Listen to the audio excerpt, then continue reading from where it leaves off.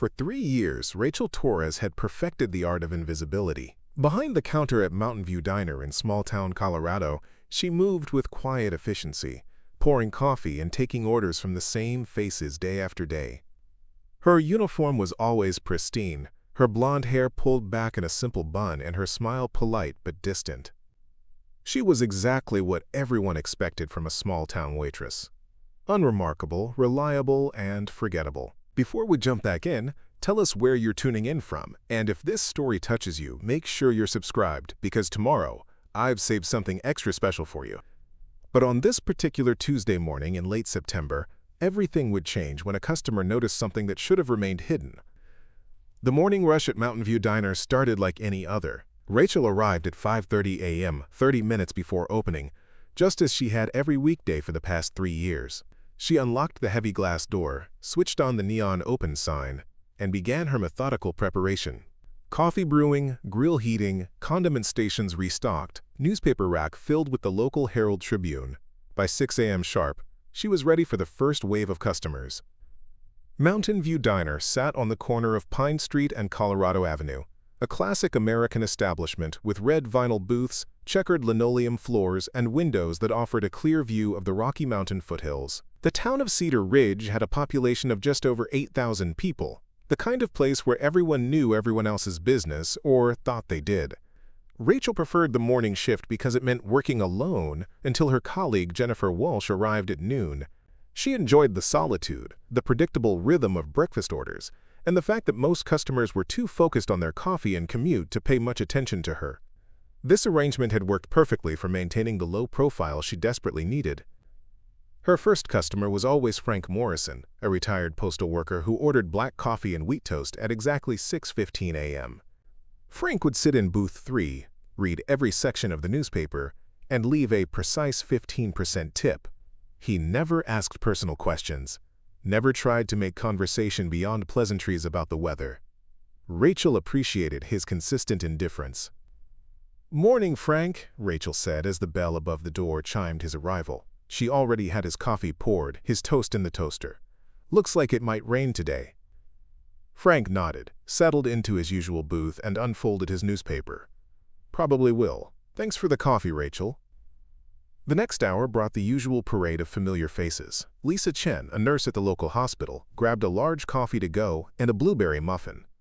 Tom Bradley, who owned the hardware store, sat at the counter for his full breakfast special: eggs over easy, bacon, hash browns, and sourdough toast. Maria Santos, a teacher at Cedar Ridge Elementary, ordered her usual vanilla latte and reviewed lesson plans while eating oatmeal.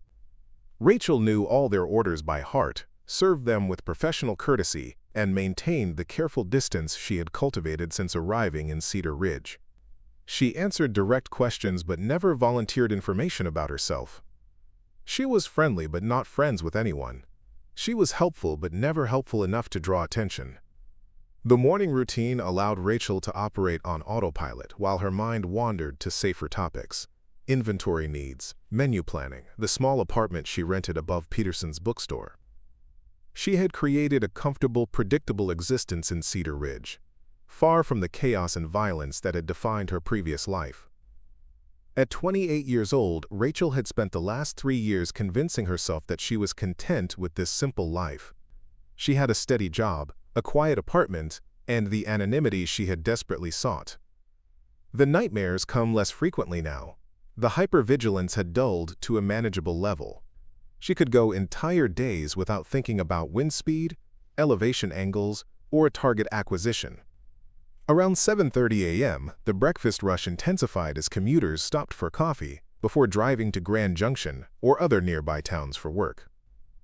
Rachel moved efficiently between the coffee station, grill, and cash register, handling multiple orders simultaneously without breaking her composed demeanor.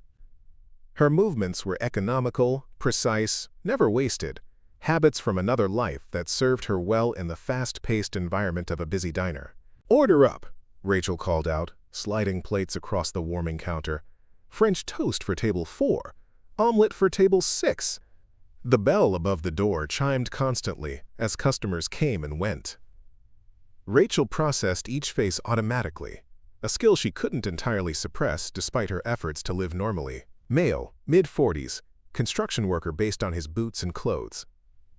The female, early 30s, probably works at the bank based on her professional attire. Elderly couples, tourists judging by their out-of-state license plate visible through the window.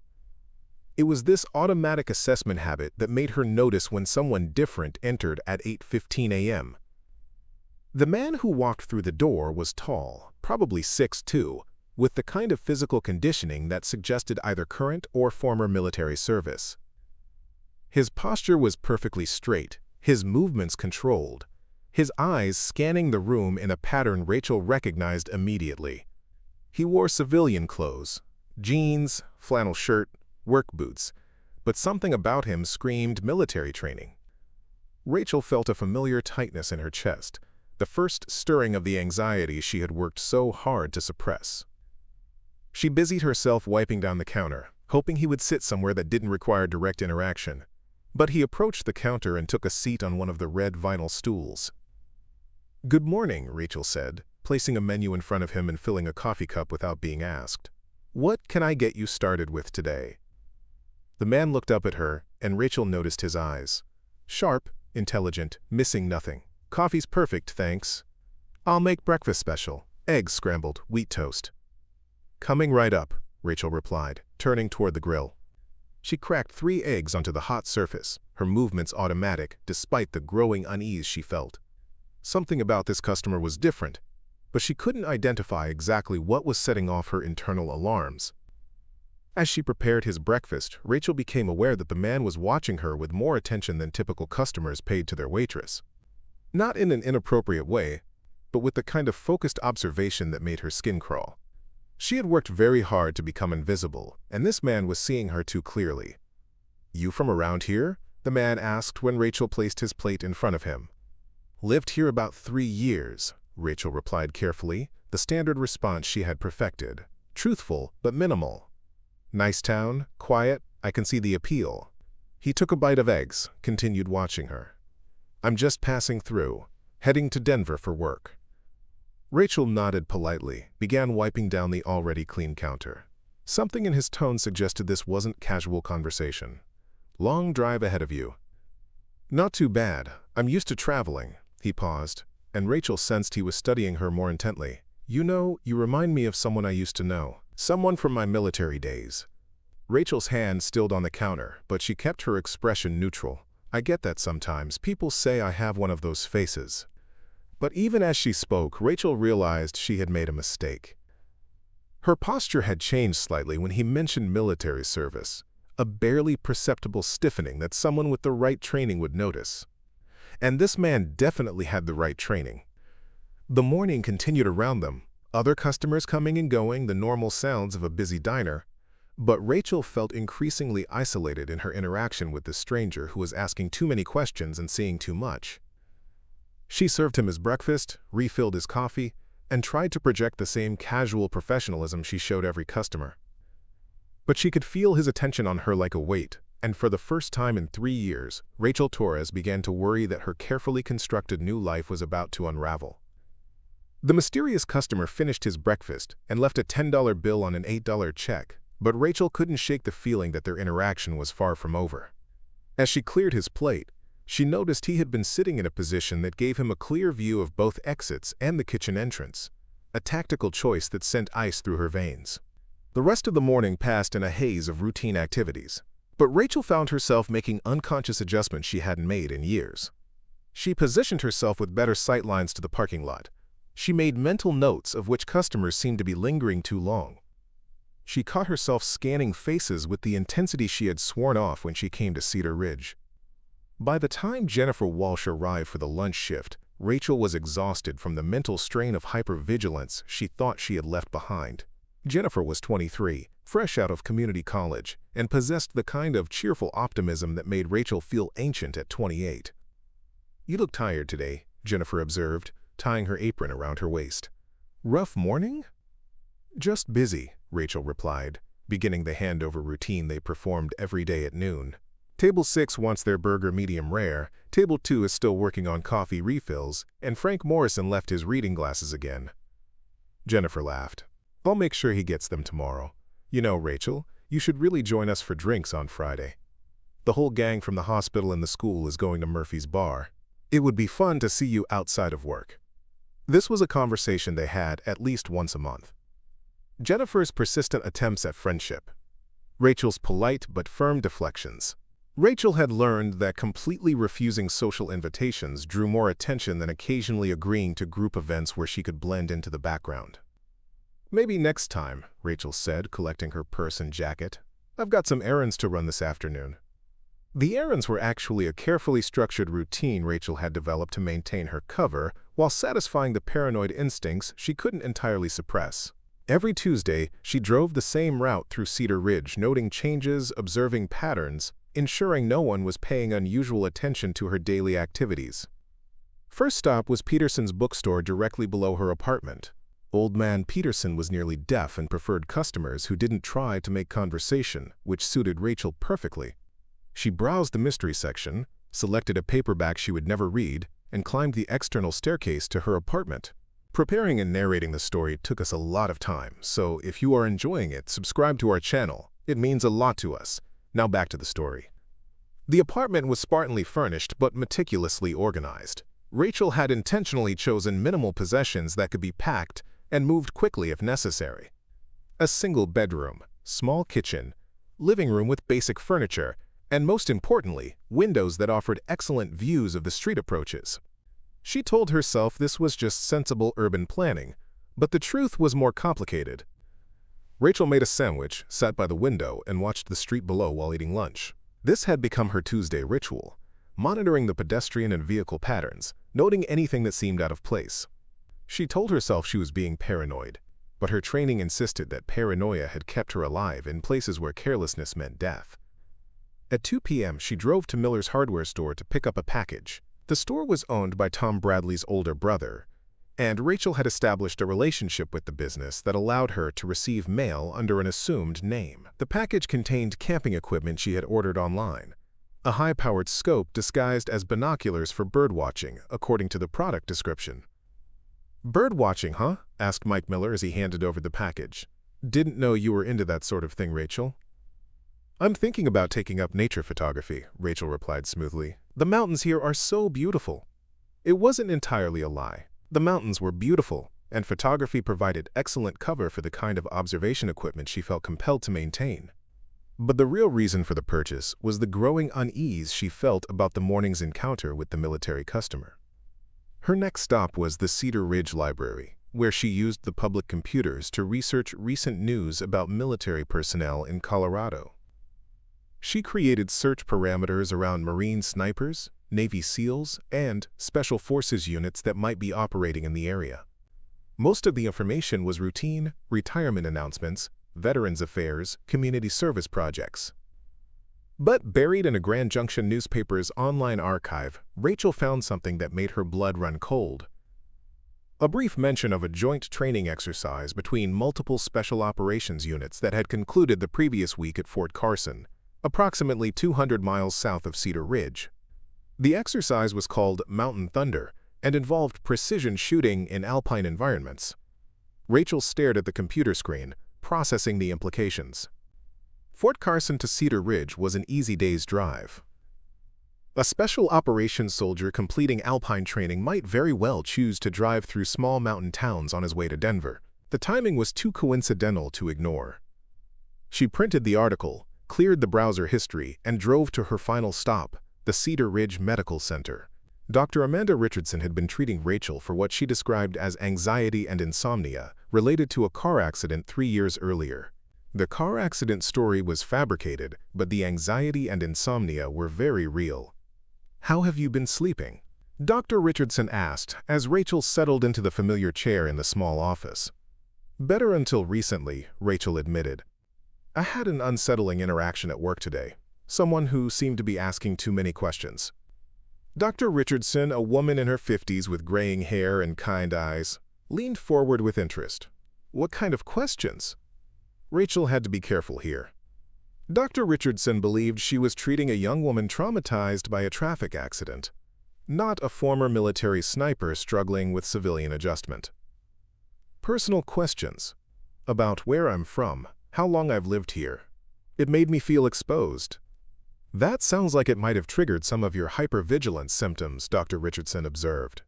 Have you been doing the breathing exercises we discussed? Yes, but they're not as effective lately. I feel like I'm constantly watching for threats that probably don't exist. This was the closest Rachel could come to telling the truth. She was constantly watching for threats, because her training had taught her that threats could emerge from anywhere at any time. The 3 years in Cedar Ridge had dulled, but not eliminated the mindset that had kept her alive through 2 tours in Afghanistan. Rachel, I know we've discussed this before, but have you considered that some of your anxiety might be related to secrets you're keeping? Sometimes the energy required to maintain a false identity can be more exhausting than the trauma we're trying to escape. Rachel felt her throat tighten. Dr. Richardson was more perceptive than Rachel had given her credit for. What do you mean?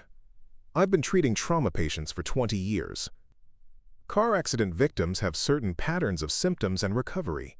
Your symptoms are consistent with something more complex, possibly military-related PTSD. The office fell silent except for the ticking of an antique clock on Dr. Richardson's desk.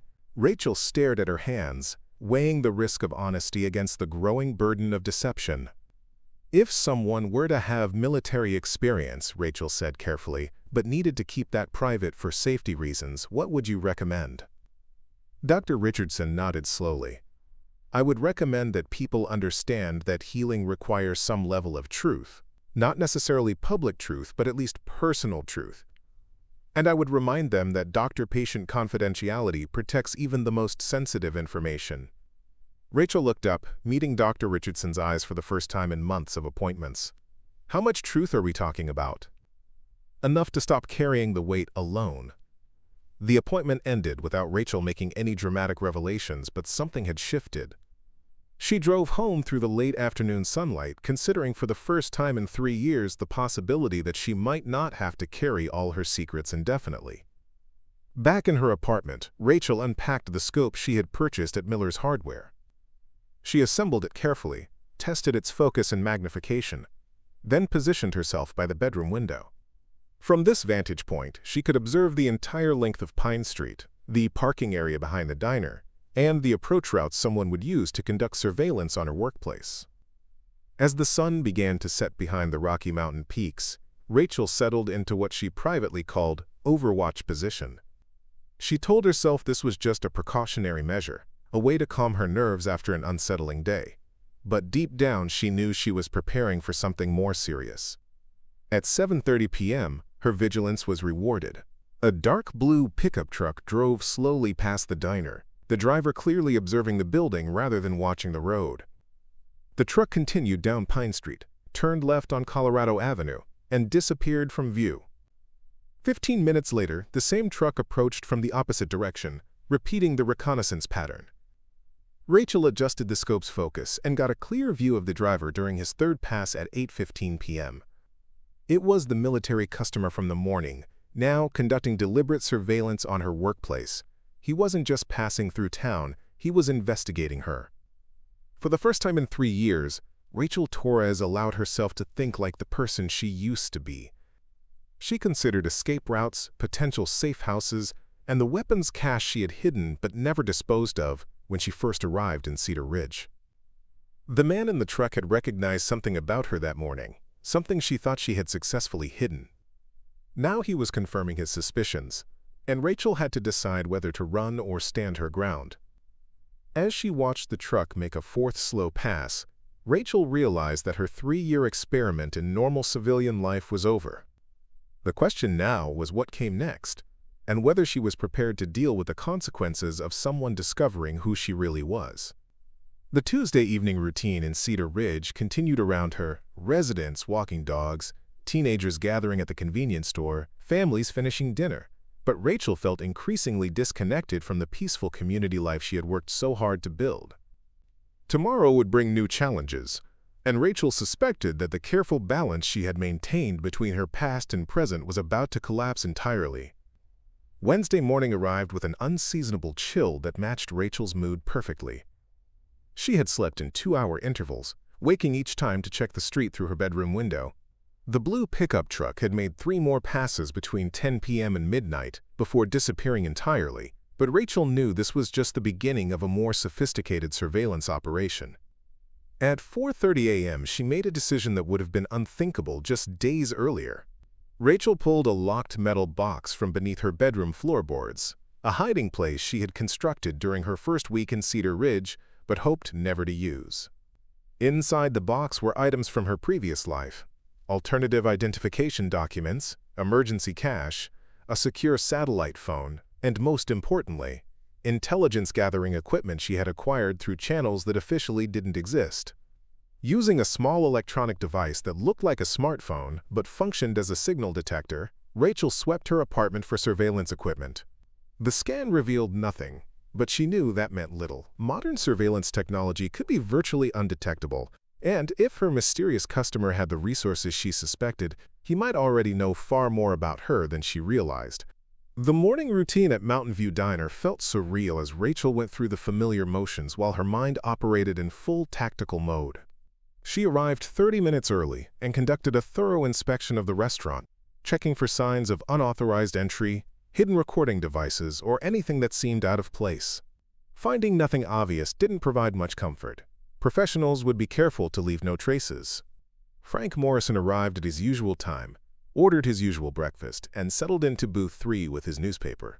But today Rachel noticed details she had previously ignored. Frank's reading pattern was methodical, his attention focused, but he also made regular glances toward the front window and seemed more aware of other customers than she remembered. Could Frank be part of the surveillance operation, or was her paranoia making her suspicious of innocent behavior?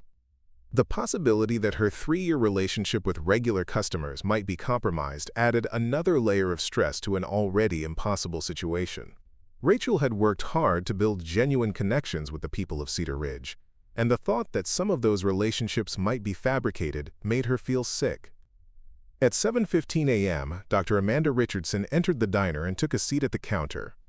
This was unprecedented. Dr. Richardson had never visited the diner during Rachel's shift, and their only interactions had been during scheduled appointments at the medical center. "Good morning, Rachel," Dr. Richardson said, accepting a cup of coffee with a smile that seemed forced. "I hope you don't mind me stopping by.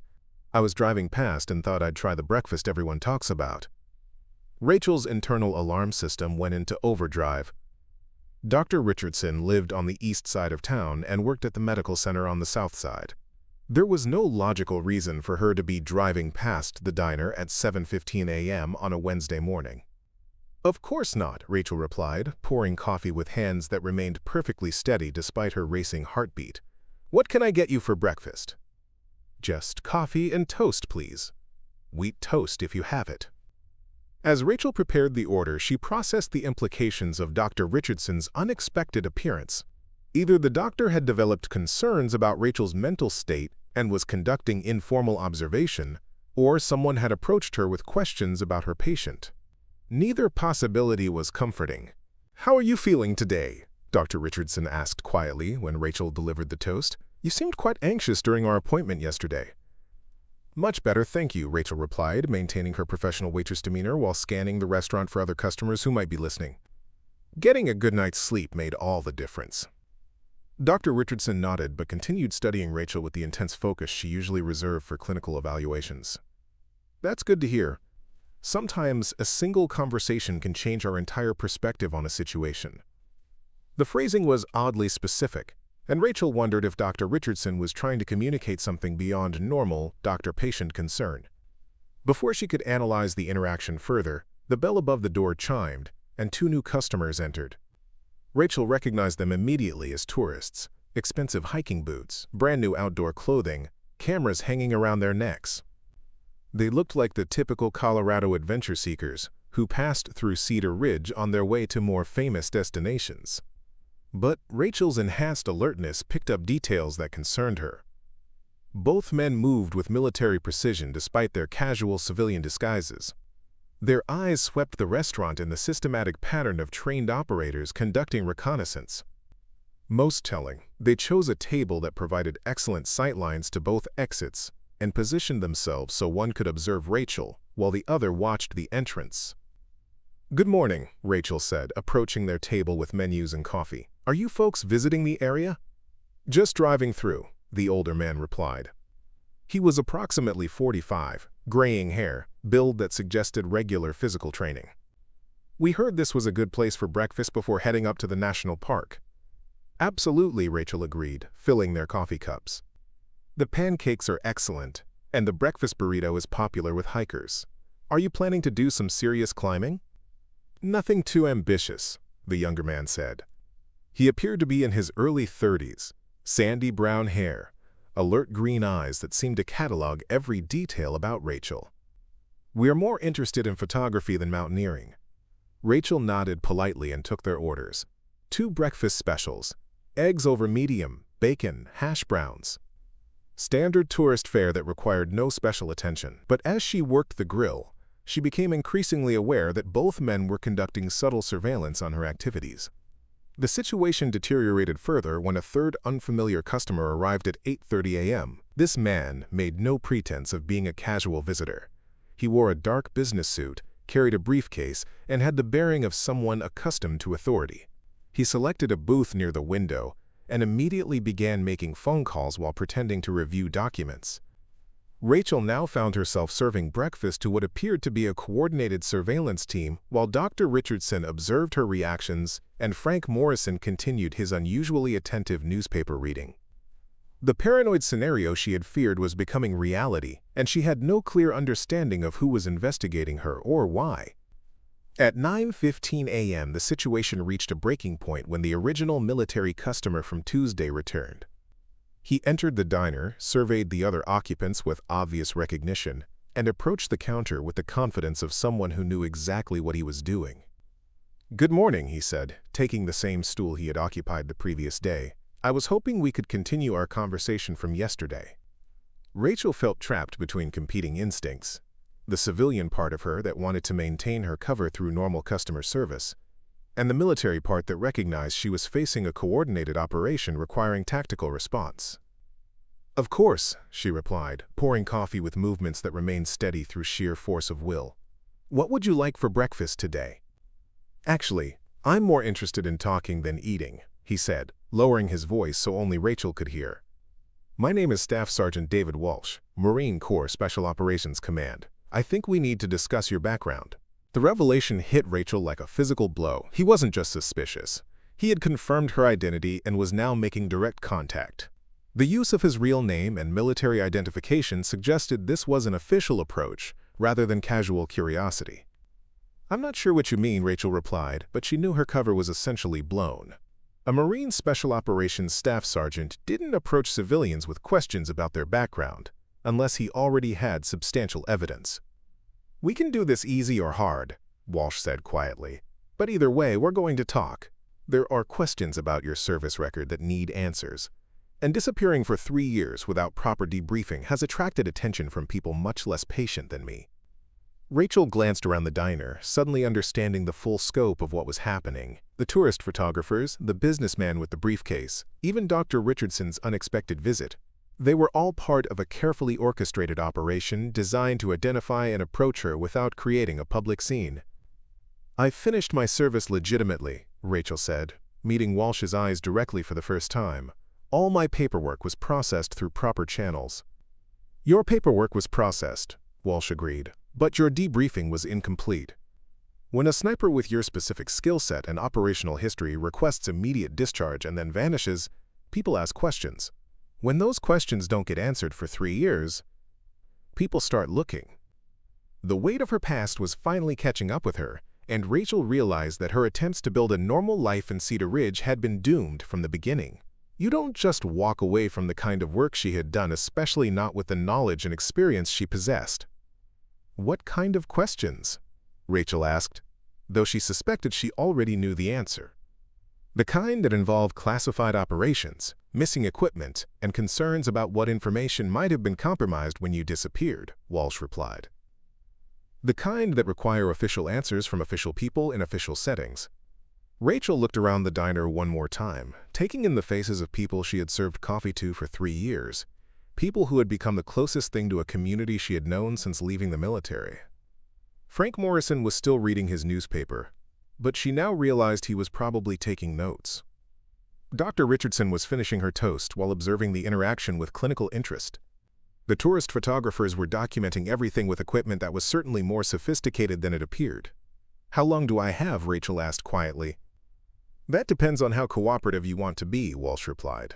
"We can do this quietly, professionally, with respect for the life you've built here. Or we can do it officially, with federal agents and media attention that will destroy everything you've accomplished in Cedar Ridge." Rachel felt the last remnants of her civilian identity crumbling around her. The choice Walsh was offering wasn't really a choice at all. Cooperate voluntarily or be compelled to cooperate through more dramatic means. "I need to finish my shift," Rachel said finally. "Jennifer comes in at noon. I can't just abandon my responsibilities here." Walsh nodded, seemingly satisfied with her response. "That's acceptable. But Rachel, or should I say Staff Sergeant Torres, don't even think about running. We've been watching you for longer than you realize, and there's nowhere you can go that we won't find you." As Walsh left the diner, Rachel realized that her 3-year experiment in normal civilian life was officially over. The question now was whether she could salvage anything from the ruins of her carefully constructed identity, or if she would have to abandon everything she had built in Cedar Ridge to face whatever consequences awaited her return to military authority. The 2.5 hours between Walsh's departure and Jennifer's arrival felt like the longest of Rachel's life. She moved through the familiar routines of serving coffee and taking orders, while her mind raced through contingency plans she had hoped never to use. Every customer who entered became a potential threat. Every phone call might be a signal. Every casual glance could be surveillance. Around 10:30 a.m., an unexpected visitor arrived who changed everything Rachel thought she knew about her situation. A woman in her early 50s entered the diner, dressed in expensive business attire that seemed out of place in the casual mountain town atmosphere. She had silver hair pulled back in an elegant bun, intelligent dark eyes, and the kind of presence that commanded attention without demanding it. "Miss Torres," the woman said, approaching the counter with confidence that suggested she knew exactly who she was addressing. "My name is Colonel Patricia Hayes, Defense Intelligence Agency. I believe we need to have a conversation." Rachel felt the blood drain from her face. The Defense Intelligence Agency represented a level of federal involvement far beyond anything Staff Sergeant Walsh had implied. DIA didn't get involved in routine military personnel issues. Their presence meant classified operations, national security concerns, and consequences that could extend far beyond her personal situation.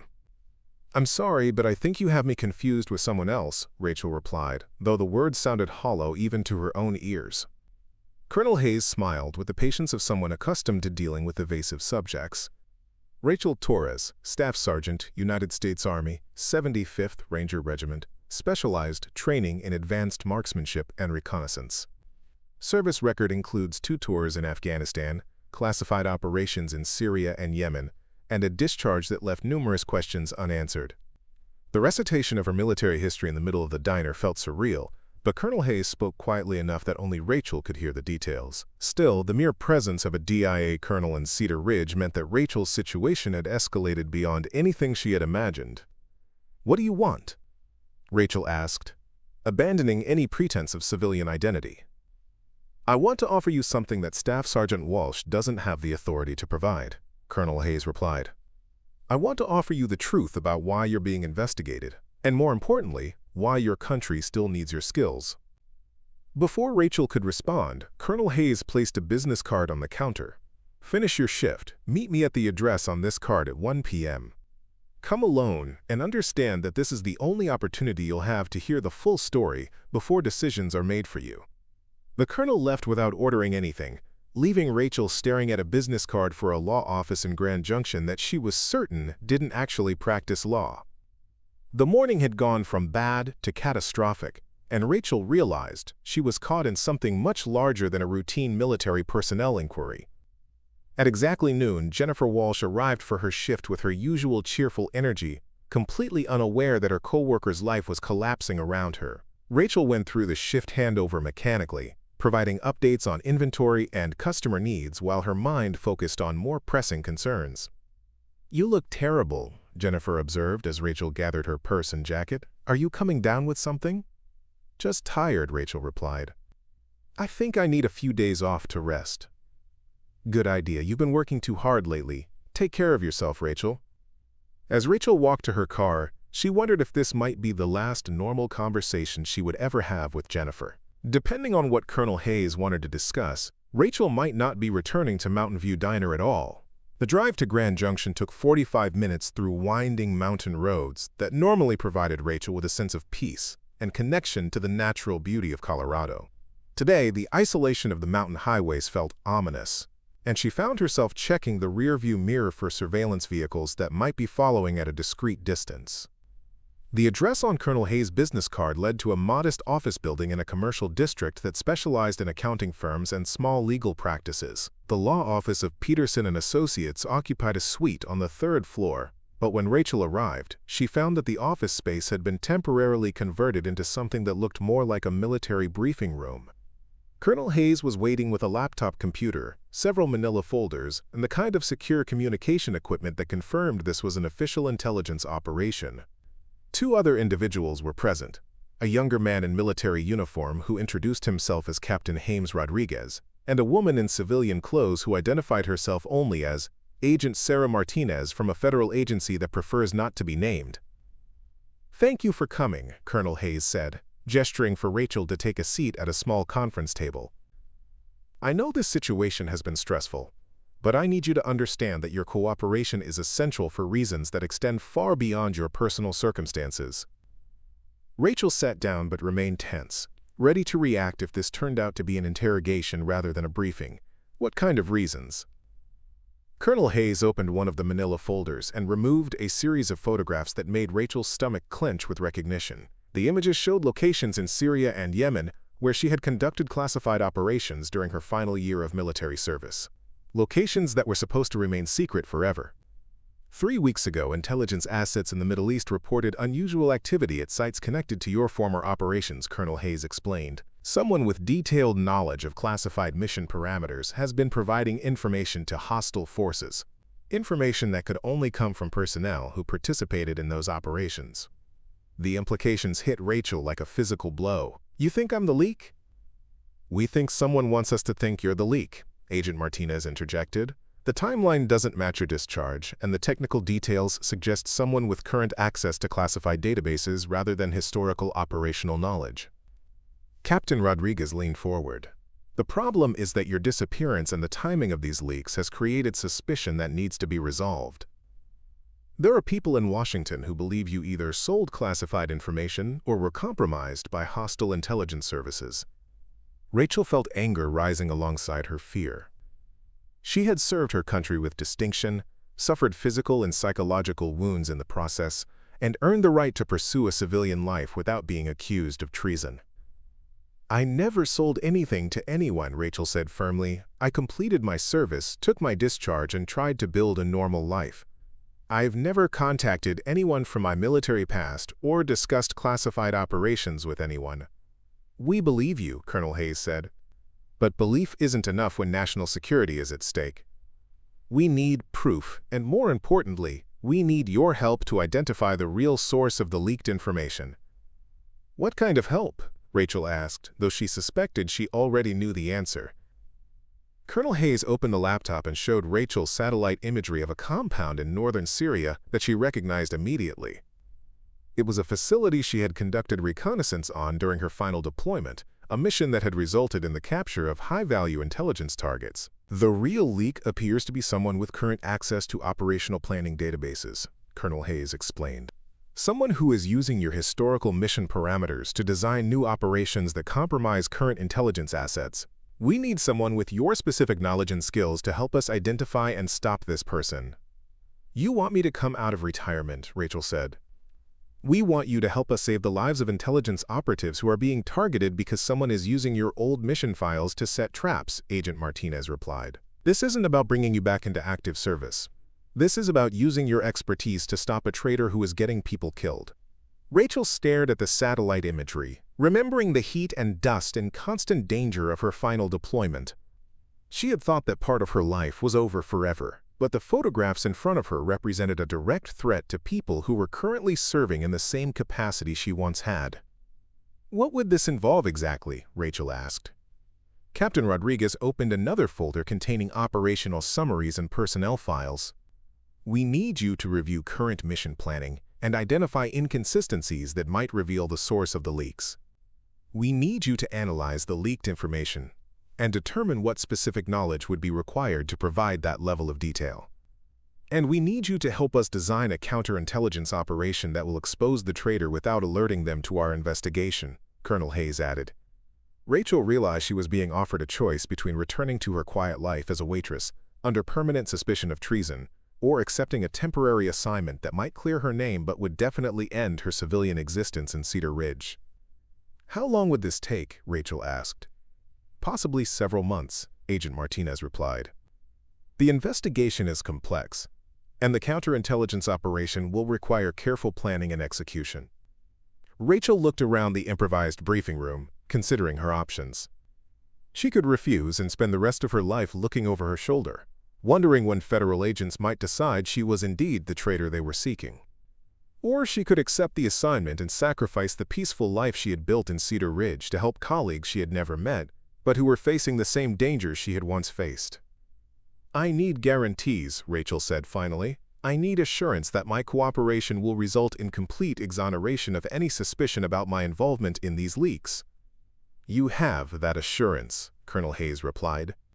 "But more importantly, you have the opportunity to save lives and serve your country one more time in a way that only you can provide." As Rachel considered the choice before her, she realized that her 3 years of hiding in Cedar Ridge had been preparation for this moment. She had thought she was running away from her military identity, but perhaps she had actually been preparing to return to it with the wisdom and perspective that only civilian life could provide. The question now was whether she was ready to sacrifice her hard-won peace to face the kind of danger and complexity that had driven her to Cedar Ridge in the first place. Rachel's decision to accept the assignment came with immediate consequences that made her previous life feel like a distant dream. Within hours of agreeing to help the counterintelligence operation, she found herself on a military transport aircraft heading to a classified facility in Virginia where the investigation was being coordinated. The flight gave her time to process the magnitude of what she had committed to, but also to understand how completely her peaceful existence in Cedar Ridge had been shattered. There would be no returning to Mountain View Diner, no more quiet mornings serving coffee to familiar faces, no more pretending that Staff Sergeant Rachel Torres had simply disappeared into civilian anonymity. The secure facility outside Quantico looked like a corporate office complex from the outside, but the interior revealed the true nature of modern intelligence operations. Multiple agencies were represented: Defense Intelligence, CIA, FBI counterintelligence, and military special operations units that Rachel recognized from her previous service. The scope of the investigation was far larger than Colonel Hayes had initially indicated. "Welcome back to the world," said Major Kevin Thompson, a special operations liaison who had worked with Rachel during her final deployment in Syria. Seeing a familiar face from her military past created a strange mixture of comfort and anxiety. "Kevin," Rachel acknowledged, shaking hands with someone who knew her real capabilities rather than her waitress persona. "I didn't expect to see anyone I recognized here. When they told me Staff Sergeant Torres was coming back to help with this investigation, I volunteered to be part of the briefing team," Thompson explained. "Your operational knowledge from those final missions is exactly what we need to crack this case." The briefing room was equipped with multiple large screens displaying satellite imagery, communication intercepts, and operational timelines that painted a disturbing picture of how classified information was being weaponized against current intelligence assets. Rachel found herself looking at mission parameters from operations she had conducted 3 years earlier, now being used to design traps for today's operatives. "The leaked information isn't random," explained Dr. Elizabeth Morgan, a CIA analyst specializing in counterintelligence operations. "Someone with access to historical mission databases is selecting specific operational details that can be used to predict and counter current intelligence activities." Rachel studied the timeline of leaked information, recognizing patterns that made her stomach turn. These aren't just random security breaches. Someone is systematically using our old mission profiles to anticipate how current operations will be planned and executed. "Exactly," confirmed Agent Martinez, who had traveled from the Grand Junction meeting to continue the investigation. "But the selection process requires intimate knowledge of how special operations planning works. The traitor isn't just accessing files. They understand how to weaponize the information effectively." Captain Rodriguez displayed a series of operational summaries on the main screen. In the past 6 months, 5 intelligence assets have been compromised in situations that directly correlate to mission parameters from your historical operations. 3 of those assets are confirmed dead, 2 are missing and presumed captured. The human cost of the security breach hit Rachel like a physical blow. Real people were dying because someone was using her past missions to design current betrayals. The abstract concept of helping with a counterintelligence operation suddenly became very personal. "Show me the correlations," Rachel requested, moving closer to the screens displaying the operational data. For the next 4 hours, Rachel worked with the intelligence team to analyze the leaked information and identify patterns that might reveal the source. Her unique perspective as someone who had actually executed the historical missions provided insights that pure data analysis couldn't achieve. "This leak here," Rachel said, pointing to a communication intercept from northern Syria. "The timing and positioning data could only come from someone who understood our backup extraction protocols. That wasn't in any written mission report." Major Thompson leaned forward with interest. "What do you mean?" "We modified the extraction plan during the operation based on real-time intelligence. The official mission report shows the planned extraction route, but we actually used a backup route that was only communicated verbally between team members." Dr. Morgan immediately understood the implications. If the leaked information includes details about the actual extraction route rather than the planned route, the traitor has access to unofficial operational knowledge. "Which means," Agent Martinez concluded, "we're looking for someone who was either present during those operations or who has had direct contact with personnel who were present."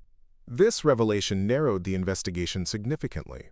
Instead of looking for someone with general access to classified databases, they were now searching for someone with personal knowledge of specific operational details that existed only in the memories of the personnel who had participated in those missions. How many people would have known about the modified extraction protocols? Colonel Hayes asked, entering the briefing room after a secure phone conversation that had lasted over an hour. Rachel considered the question carefully. "My immediate team consisted of 4 people. Our ground controller was a 5th. The helicopter crew would have been briefed on the backup route. Maybe 8 people total who knew the actual extraction route we used." "And how many of those people are still in active service with access to current operational planning?" Captain Rodriguez asked. "That's what we need to find out," Rachel replied. But she was already beginning to form suspicions about which of her former colleagues might have the access and opportunity to be orchestrating the current security breaches. The investigation team spent the remainder of the day conducting detailed background checks on every person who had been involved in Rachel's historical operations. The process was complicated by the fact that special operations personnel frequently move between different units and assignments, making it difficult to track their current positions and access levels. By evening, a disturbing pattern had emerged. 3 of Rachel's former teammates had been killed in action during subsequent deployments. 2 others had left active service and were working in private security. But one member of her former team, Sergeant First Class Marcus Webb, had been promoted to a position within Special Operations Command that provided exactly the kind of access needed to correlate historical mission data with current operational planning. "Webb always was ambitious," Rachel told Major Thompson during a private conversation outside the main briefing room, "but he was also completely dedicated to the mission. I can't imagine him betraying current operations." "People change," Thompson replied. "Financial pressure, political disillusionment, personal grievances. There are lots of reasons why good soldiers sometimes make bad choices." Rachel knew Thompson was right, but accepting that one of her former teammates might be responsible for the deaths of current intelligence operatives was psychologically difficult. The bonds formed during special operations missions were incredibly strong, and the idea that someone she had trusted with her life might now be betraying those same principles felt like a personal violation. "What's the plan for confronting Webb?" Rachel asked. "That's where your role becomes critical," Colonel Hayes said, rejoining the conversation. "Webb knows that you've been out of contact for 3 years. If we approach him directly, he'll know he's under investigation and will likely destroy evidence or flee. But if you make contact with him—" "You want me to act as bait," Rachel realized. "We want you to renew contact with an old teammate," Agent Martinez corrected. "Someone who's been off the grid for 3 years, suddenly reaching out to reconnect with former colleagues. It's a natural development that won't raise immediate suspicions." The plan they developed over the following days was elegant in its simplicity, but terrifying in its implications. Rachel would make contact with Marcus Webb using her real identity, explaining that she was ready to return to active service and wanted to reconnect with former teammates. The contact would be designed to provoke Webb into revealing his involvement in the security breaches, either through direct admission or through attempts to recruit Rachel into his activities. Ease. The key is to make him believe that you're financially motivated and potentially open to unofficial opportunities, Dr. Morgan explained during one of the preparation sessions. If he is involved in selling classified information, he might try to recruit you as an additional source. Rachel found the idea of pretending to be a traitor almost as difficult as accepting that Webb might actually be one, but she understood that the counterintelligence operation required her to convincingly portray someone who was willing to compromise national security for personal gain. The technical aspects of the operation were complex. Rachel would be equipped with sophisticated recording equipment, monitored by surveillance teams, and backed up by tactical units that could respond immediately if the situation became dangerous. But, ultimately, she would be alone with someone who might be willing to kill to protect his activities. "There's one more thing you need to understand," Colonel Hayes said during their final preparation meeting. "If Webb is our traitor, he's not working alone." The level of coordination and the sophistication of the leaked information suggests a network of people involved in this operation. Exposing Webb might be just the beginning of a much larger investigation. Rachel nodded, understanding that her decision to help with the counterintelligence operation had committed her to potentially months or even years of continued involvement in the intelligence community. Her dream of returning to civilian life was not just postponed. It might be permanently over. The night before the operation was scheduled to begin, Rachel sat alone in her temporary quarters at the Virginia facility, thinking about the path that had brought her from serving coffee in Cedar Ridge to preparing for a dangerous counterintelligence mission. 3 days earlier, her biggest concern had been avoiding awkward conversations with customers who asked too many questions. Now she was preparing to risk her life to expose a traitor who was using her past missions to kill current operatives. She thought about Jennifer Walsh, who was probably wondering why Rachel hadn't returned to work at Mountain View Diner. She thought about Dr. Richardson, who would never get the chance to help Rachel work through her real psychological trauma. She thought about the peaceful life in Colorado that now seemed like something from another person's existence. But she also thought about the intelligence operatives who were currently in danger because someone was using her mission files to design death traps. Professional soldiers who deserved the same opportunity for survival that Rachel's teammates had provided for her during her own dangerous missions. By morning, Rachel Torres, the waitress, had completely disappeared, replaced by Staff Sergeant Torres, the counterintelligence operative. The transformation was necessary for the mission, but Rachel wondered if she would ever be able to find her way back to the person who had simply wanted to make coffee and live peacefully in a small mountain town. The operation against Marcus Webb was scheduled to begin in less than 24 hours, and Rachel knew that everything she had built over the past 3 years was about to be sacrificed for a mission that might save lives she would never meet in places she hoped never to visit again. The meeting with Marcus Webb was arranged through carefully orchestrated channels that made Rachel's reappearance seem natural rather than suspicious. Using a secure communication method that Webb would recognize from their previous operations, Rachel sent a message indicating she was ready to discuss new opportunities and wanted to meet with old teammates who might have similar interests. Webb's response came within 6 hours, suggesting a meeting at a sports bar in Arlington, Virginia, public enough to seem innocent, but crowded enough to make surveillance difficult. The speed of his reply and the specific location he chose told Rachel that he was indeed involved in activities that required operational security measures. The day of the meeting, Rachel went through preparation rituals she hadn't used in 3 years. She studied detailed intelligence reports about Webb's current position, financial situation, and behavioral patterns. She memorized conversation scripts designed to elicit incriminating responses without appearing too obvious. Most importantly, she psychologically prepared herself to face someone she had once trusted completely, who might now be responsible for the deaths of active intelligence operatives. The technical equipment she carried was virtually undetectable. Recording devices built into clothing, communication systems that looked like standard electronics, and tracking devices that would allow the surveillance team to monitor her location continuously. But despite all the technological support, Rachel knew she would essentially be alone when facing Webb. "Remember, the goal is to get him to admit involvement in the information sales," Dr. Morgan reminded her during the final briefing. "But if he tries to recruit you directly, that's even better evidence. Let him make the offer. Don't push too hard." Rachel arrived at Murphy's Tavern 30 minutes early to assess the environment and identify potential security concerns. The bar was exactly what she had expected. Loud music, multiple television screens, enough ambient noise to mask conversation, and sufficient crowd density to provide cover for both legitimate meetings and surveillance operations. When Marcus Webb walked through the entrance at exactly 8 p.m., Rachel felt a complex mixture of emotions. He looked older than she remembered, his dark hair now showing gray at the temples, his face carrying the stress lines that came with years of high-stakes operations. But his movements still demonstrated the controlled alertness of someone who remained operationally active. "Rachel Torres," Webb said, approaching the corner booth she had selected. "I heard rumors you might be coming back into the world." "Marcus," Rachel replied, standing to embrace him in a greeting that would seem natural to observers but also allowed her recording equipment to capture their entire conversation. "It's good to see you again."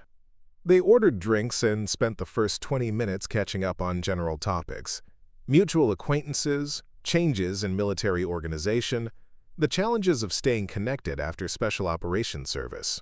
But Rachel could sense that Webb was conducting his own assessment, determining whether she represented an opportunity or a threat. "So what brings you back to Virginia?" Webb finally asked, lowering his voice despite the bar's ambient noise level. "Last I heard, you had completely disappeared from the community." "I needed time to figure things out," Rachel replied, following the script she had rehearsed but allowing genuine emotion to color her words. 3 years of civilian life taught me that I'm not cut out for normal existence. I'm ready to get back into work that actually matters." Webb nodded with understanding that seemed genuine. Civilian life is overrated, the money's terrible, the work is boring, and nobody understands what we've been through. "Exactly," Rachel agreed, then decided to probe deeper. "I heard you landed a good position with Special Operations Command. That must be interesting work."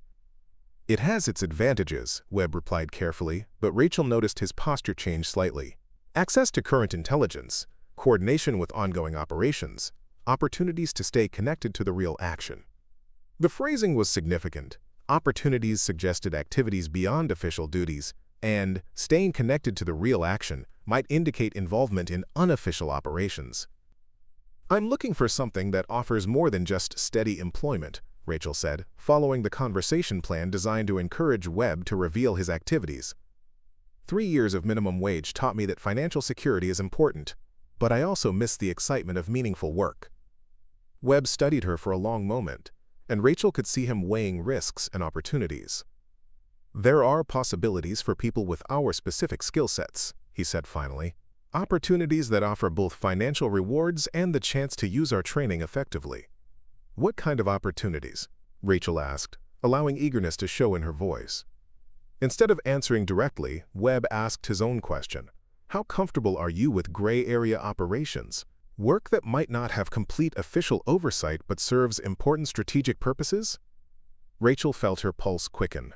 Webb was approaching the recruitment phase that the intelligence team had hoped for, but she needed to be careful not to seem too eager or too naive. "I've always been more interested in getting the job done than in bureaucratic procedures," Rachel replied. "If the work is important and the compensation is fair, I can be flexible about operational parameters." Webb nodded slowly, apparently satisfied with her response. "There's a group of us, former special operations, current intelligence community, who have developed some lucrative consulting arrangements. Private sector work that leverages our government experience." "What kind of private sector work?" Rachel asked, though she suspected she already knew the answer. "Risk assessment, security consulting, information analysis," Webb replied, using euphemisms that could mean anything from legitimate business consulting to selling classified information. The kind of work that pays very well for people who know how to provide valuable insights. Rachel recognized this as the critical moment in the conversation. Webb was offering her recruitment into activities that were almost certainly illegal, but he was being careful not to explicitly describe selling classified information. She needed to encourage him to be more specific without appearing to be fishing for incriminating evidence. "That sounds exactly like what I'm looking for," Rachel said. I have a lot of operational experience that might be valuable for the right clients. Your Syria and Yemen operations would be particularly interesting to certain clients, Webb said, and Rachel felt her blood run cold.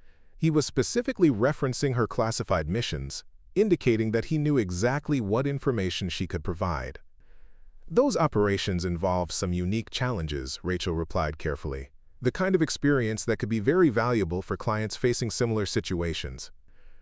Webb leaned closer across the table. Rachel, I'm going to be direct with you because I think you're ready to hear this. There are clients who pay extremely well for operational insights that help them understand how American intelligence services approach certain problems.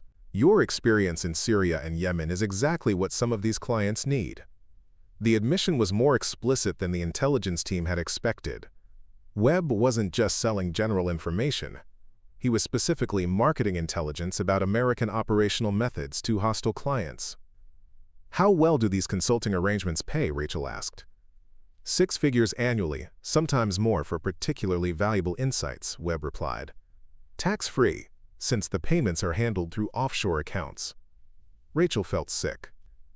Webb was openly describing a treasonous operation that was generating substantial illegal income, while compromising ongoing intelligence operations and getting active operatives killed.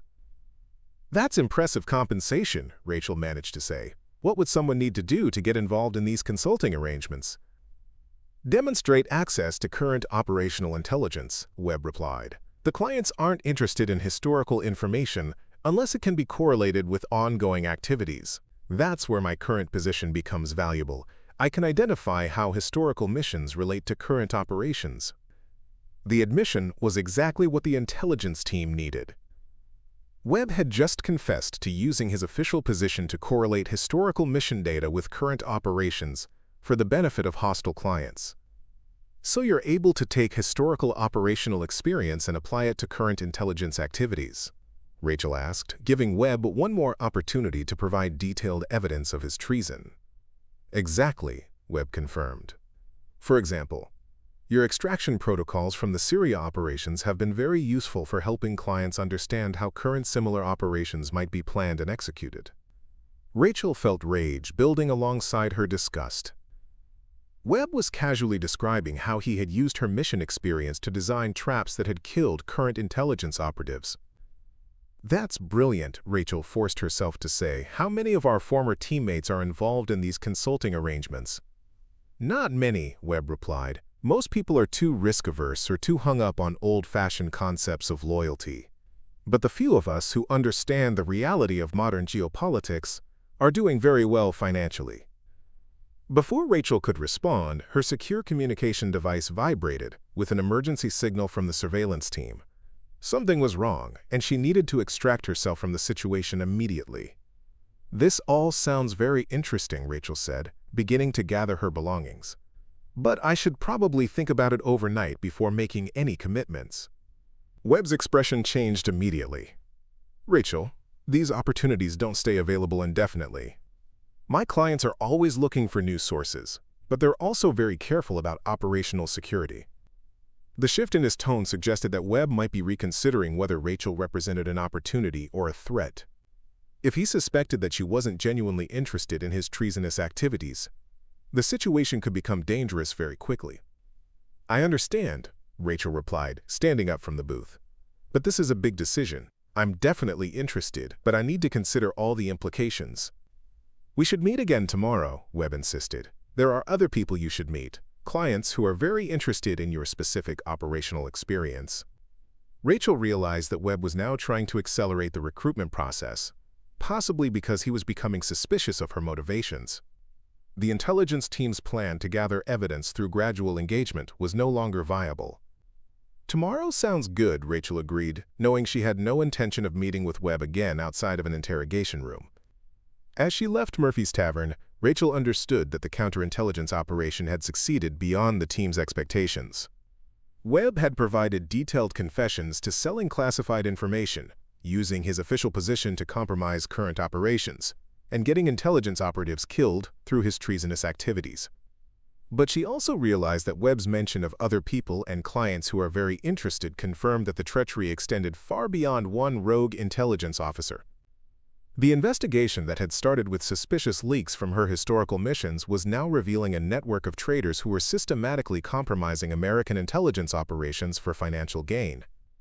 The return to her military identity was complete, but the mission was far from over. The emergency extraction signal Rachel had received at Murphy's Tavern turned out to be a precautionary measure rather than an immediate threat. The surveillance team had detected electronic countermeasures equipment in the vicinity of the bar, suggesting that Webb or his associates were conducting their own surveillance operations. While not an immediate danger, it indicated that the treasonous network was more sophisticated and paranoid than initially assessed. Back at the secure facility in Virginia, the intelligence team reviewed the recorded conversation with a mixture of satisfaction and concern. Webb's admissions provided more than enough evidence for prosecution, but his references to clients, networks, and other personnel suggested that dismantling the entire operation would require additional phases of investigation.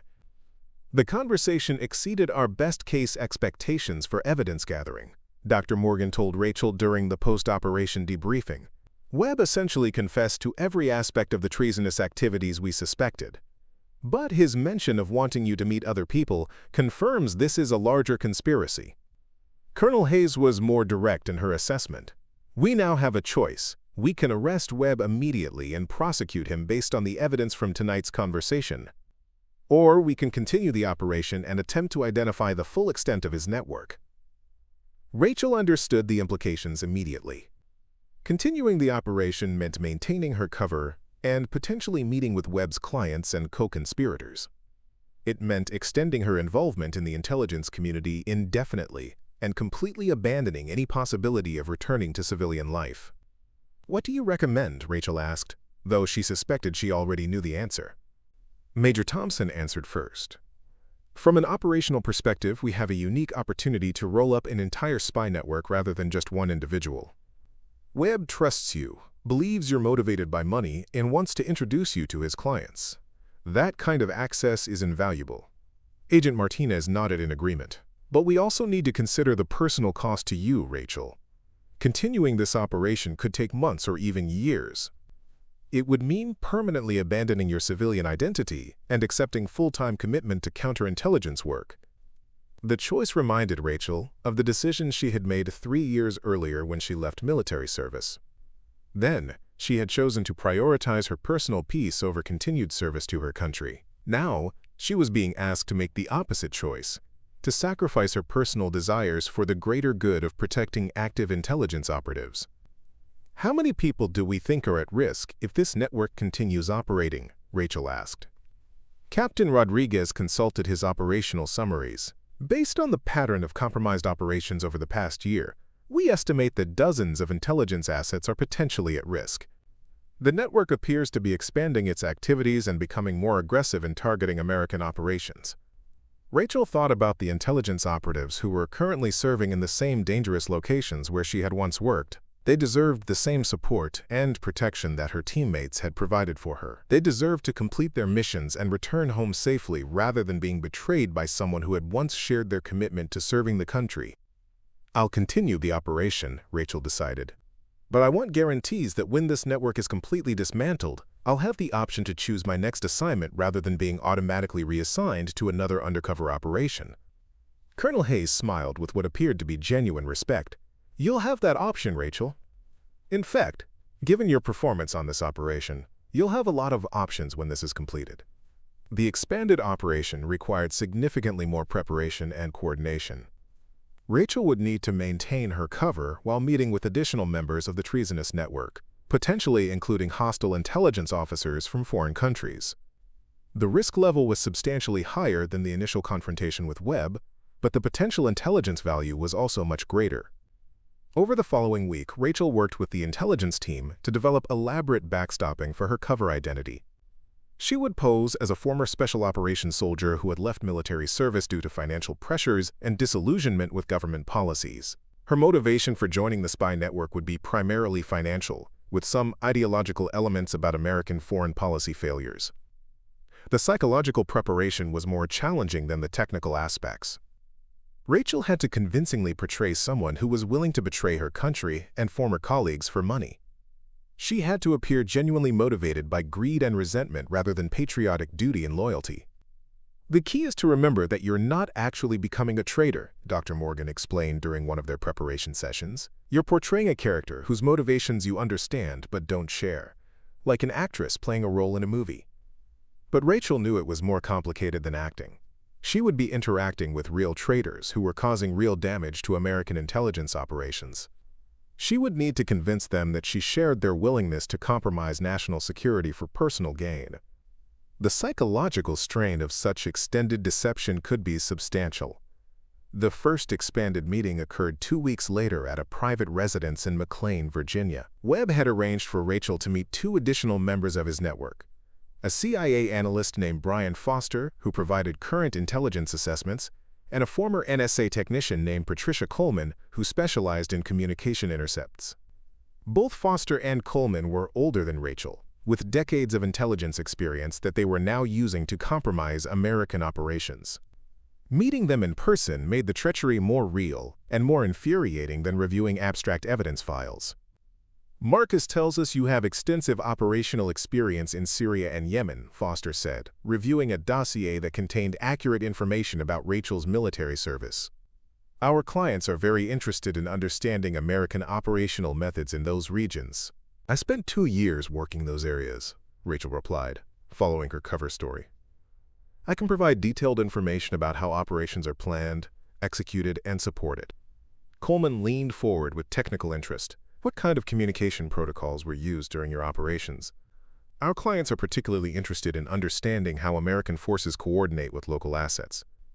The questions were specifically designed to elicit information that could be used to compromise current operations and identify local assets who were cooperating with American intelligence services. Rachel provided carefully crafted responses that seemed helpful, but were actually misleading or outdated. Over the course of the evening, Rachel learned that the spy network was more extensive than anyone had suspected. Foster mentioned contacts in the State Department who provided diplomatic intelligence. Coleman referenced sources in military contractor companies who had access to technical specifications for classified equipment. Webb discussed coordination with foreign intelligence services from at least 3 different countries. "The beauty of our arrangement," Webb explained with obvious pride, "is that everyone contributes their specialized knowledge, and everyone benefits financially from the collective intelligence product." Rachel realized she was looking at a well-organized conspiracy involving dozens of people across multiple government agencies and private contractors. The network had been operating for at least 3 years and had generated millions of dollars in illegal income while compromising countless American intelligence operations. The meeting concluded with an invitation for Rachel to attend a larger gathering the following month where she would meet, quote, "senior clients who were interested in establishing direct relationships with high-value sources." Rachel understood that these senior clients were likely foreign intelligence officers who were paying for the classified information. The expanded investigation continued for 6 more months, during which Rachel helped identify 23 members of the spy network across 8 different government agencies and private contractors. The evidence gathered through her undercover work resulted in the largest counterintelligence prosecution in decades, with convictions that effectively dismantled the entire treasonous organization. When the operation finally concluded, Rachel found herself facing the same choice she had confronted 3 years earlier. What kind of life did she want to build for herself? But now the choice was different because she had a fuller understanding of who she was and what she was capable of achieving. Colonel Hayes offered her a permanent position with the Defense Intelligence Agency, leading counterintelligence operations that would utilize her unique skills and experience. Major Thompson suggested she consider teaching advanced tactics at the Special Operations Command training facility. Dr. Morgan recommended that she pursue additional education in intelligence analysis and consider a civilian career with one of the major intelligence contractors. "You've proven that you have exceptional abilities in undercover operations," Colonel Hayes told her during their final meeting. "The intelligence community needs people with your skills and dedication." But Rachel had learned something important about herself during the extended counterintelligence operation. She had discovered that serving her country didn't require choosing between her military identity and her civilian aspirations. She could integrate both aspects of her personality into a life that honored her service while allowing her to build meaningful personal relationships. "I appreciate all the offers," Rachel told the assembled group of intelligence officials, who had become colleagues and friends over the past year. "But I think I want to try something different." 6 months later, Rachel Torres opened a security consulting firm in Denver, Colorado, close enough to the mountains she had grown to love, but positioned to work with government agencies and private contractors who needed someone with her unique expertise. She specialized in training programs that helped intelligence operatives transition to civilian life while maintaining the skills and alertness that had kept them alive during their service. Her first employee was David Walsh, a young Army veteran who had struggled with civilian adjustment until Rachel's training program helped him find productive uses for his military skills. Her second employee was Jennifer Walsh, the former diner colleague who had moved to Denver and discovered that her natural empathy and interpersonal skills made her excellent at helping veterans navigate the psychological challenges of civilian transition. "I can't believe you used to be a waitress," Jennifer said one afternoon as they reviewed applications from veterans seeking help with civilian adjustment. "You're obviously meant for much more important work." Rachel smiled, thinking about the journey that had brought her from serving coffee in Cedar Ridge to running a successful business that helped other veterans find their place in civilian society. "I learned something important while I was serving coffee," Rachel replied. "I learned that protecting people and serving your community can happen anywhere. You don't need to be in a war zone to make a difference in people's lives." The business grew rapidly as word spread about Rachel's innovative approach to veteran transition services. She developed training programs that were adopted by multiple government agencies. She consulted with private security firms that needed employees who understood operational security. Most importantly, she helped hundreds of veterans find ways to use their military skills in civilian careers that provided both financial security and personal satisfaction. Rachel never returned to Cedar Ridge, but she occasionally drove through the area when her work took her to nearby communities. The peaceful mountain town still represented something valuable to her: the possibility of normal life, the importance of community connections, and the satisfaction that came from serving others in simple but meaningful ways. She had learned that she didn't have to choose between being Staff Sergeant Torres and being Rachel the civilian. She could be both, using her military skills to serve her community, while building the kind of personal relationships that made life meaningful beyond professional accomplishments. The sniper badge that had once represented her secret military identity now sat openly on her office desk, next to photographs of the veterans she had helped transition to civilian success. She was no longer hiding who she was or apologizing for the skills that made her uniquely capable of helping others. Rachel Torres had finally found a way to serve her country that honored both who she had been and who she wanted to become. The success of her consulting firm attracted attention from unexpected quarters. Within 2 years, Rachel found herself testifying before congressional committees about veteran transition programs, consulting with the Department of Veterans Affairs on policy reforms, and speaking at military academies about the integration of combat skills into civilian careers. Her most challenging case came in the form of Angela Martinez, a former Marine sniper who had been struggling with severe PTSD and substance abuse issues since returning from 3 deployments in Afghanistan. Angela had been fired from 4 different jobs, evicted from 2 apartments, and was facing criminal charges related to a bar fight that had hospitalized 2 people. "I don't think I can be helped," Angela told Rachel during their first meeting. "I've tried therapy, medication, support groups. Nothing works. I'm too broken for civilian life." Rachel recognized the despair in Angela's voice because she had felt the same hopelessness during her own darkest moments after leaving military service, but she also saw potential in Angela's situation that others had missed. "You're not broken," Rachel told her firmly. "You're a precision instrument that's being used for the wrong purposes. We need to find applications for your skills that match your training and temperament." Over the following months, Rachel worked with Angela to develop a comprehensive transition plan that acknowledged rather than suppressed her military identity.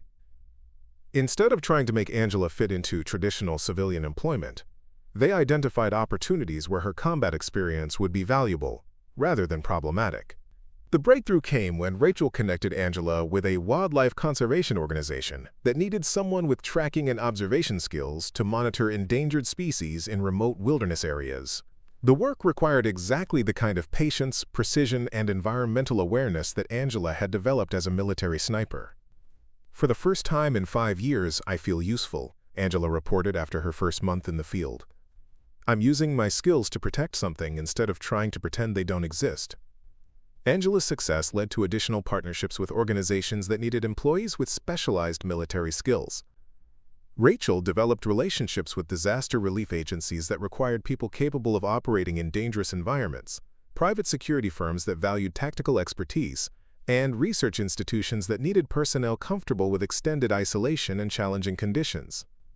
The consulting firm evolved beyond individual veteran counseling to become a comprehensive matching service that connected former military personnel with civilian careers that utilized rather than wasted their specialized training.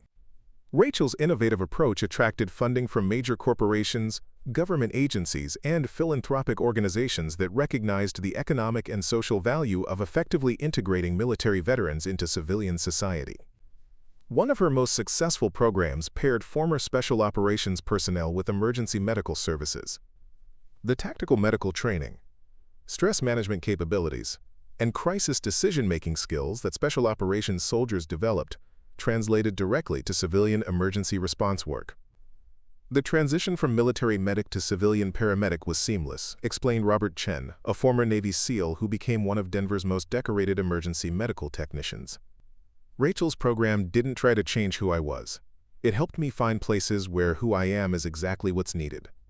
Rachel also developed partnerships with law enforcement agencies that needed training in tactical operations, corporate security departments that required threat assessment expertise, and educational institutions that wanted to offer realistic crisis management preparation. The business success created opportunities for Rachel to expand her impact beyond individual client services. She began writing training manuals that were adopted by military transition programs across all service branches. Her methodology for skills translation became required curriculum at several military academies. Most significantly, her approach to integrating military identity with civilian careers influenced policy changes at the Department of Veterans Affairs. "What Ms. Torres has demonstrated," said General Patricia Williams during a Pentagon briefing about veteran transition programs, "is that military training represents a strategic national resource that should be preserved and utilized rather than abandoned when personnel leave active service." Rachel's consulting firm also became a model for veteran-owned businesses that other former military personnel began replicating in different regions. Her training programs were franchised to cities across the country, creating a network of veteran transition specialists who shared her philosophy about honoring military skills while building civilian careers. The personal relationships Rachel built through her work provided the community connections she had always sought.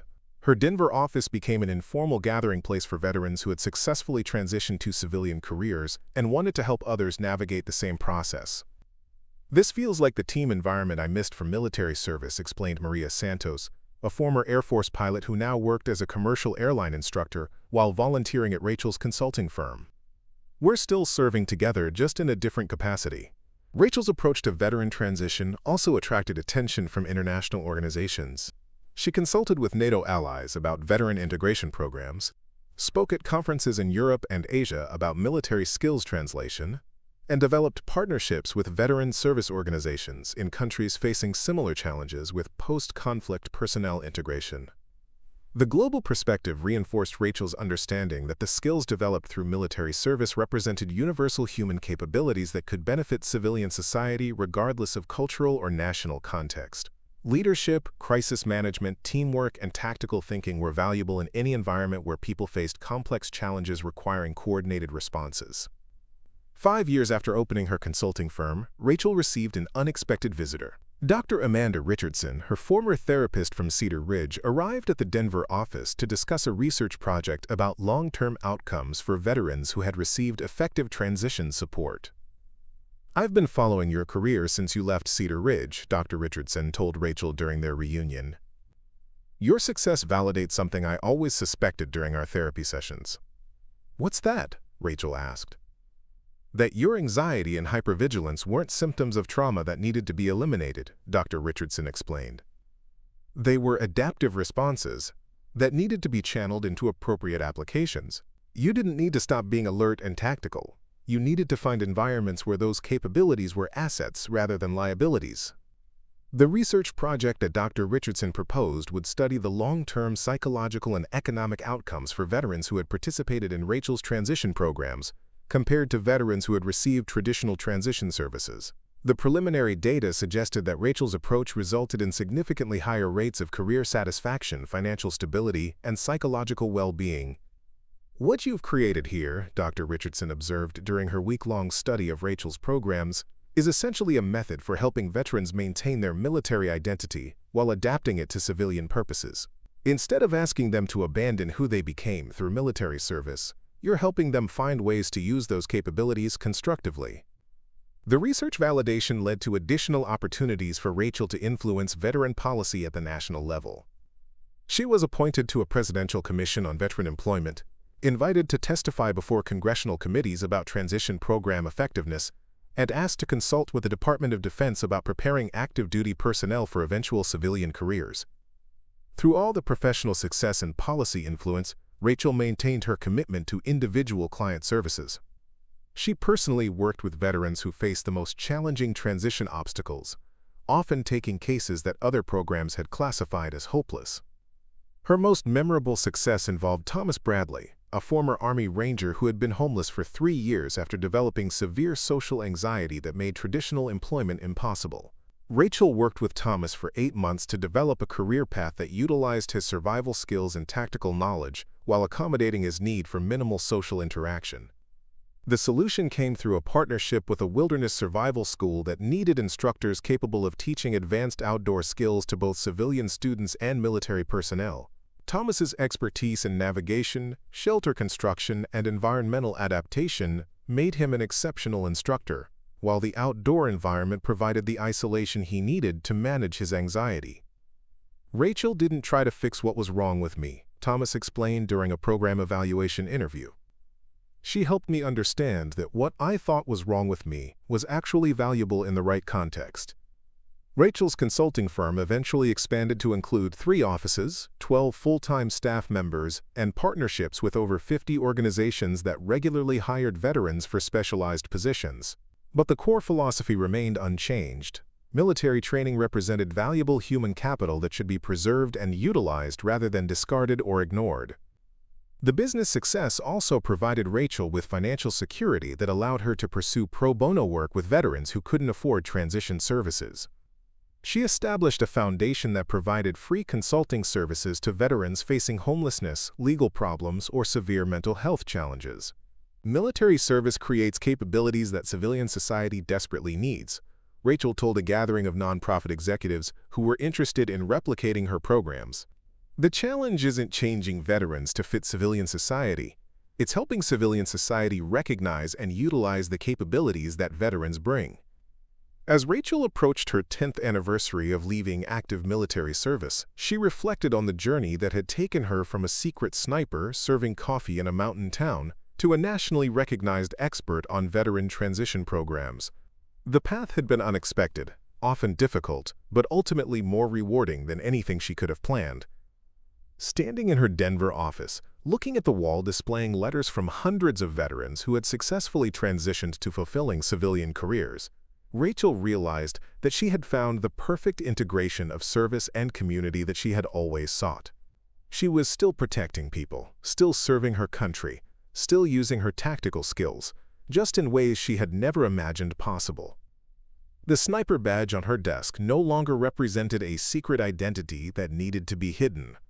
It represented capabilities that continued to serve others, just through different methods and in different environments than she had originally anticipated. Rachel Torres had learned that true service could adapt to any context while maintaining its essential purpose of protecting and helping others. Up next, you've got 2 more standout stories right on your screen. If this one hits the mark, you won't want to pass these up. Just click and check them out. And don't forget to subscribe and turn on the notification bell so you don't miss any upload from us.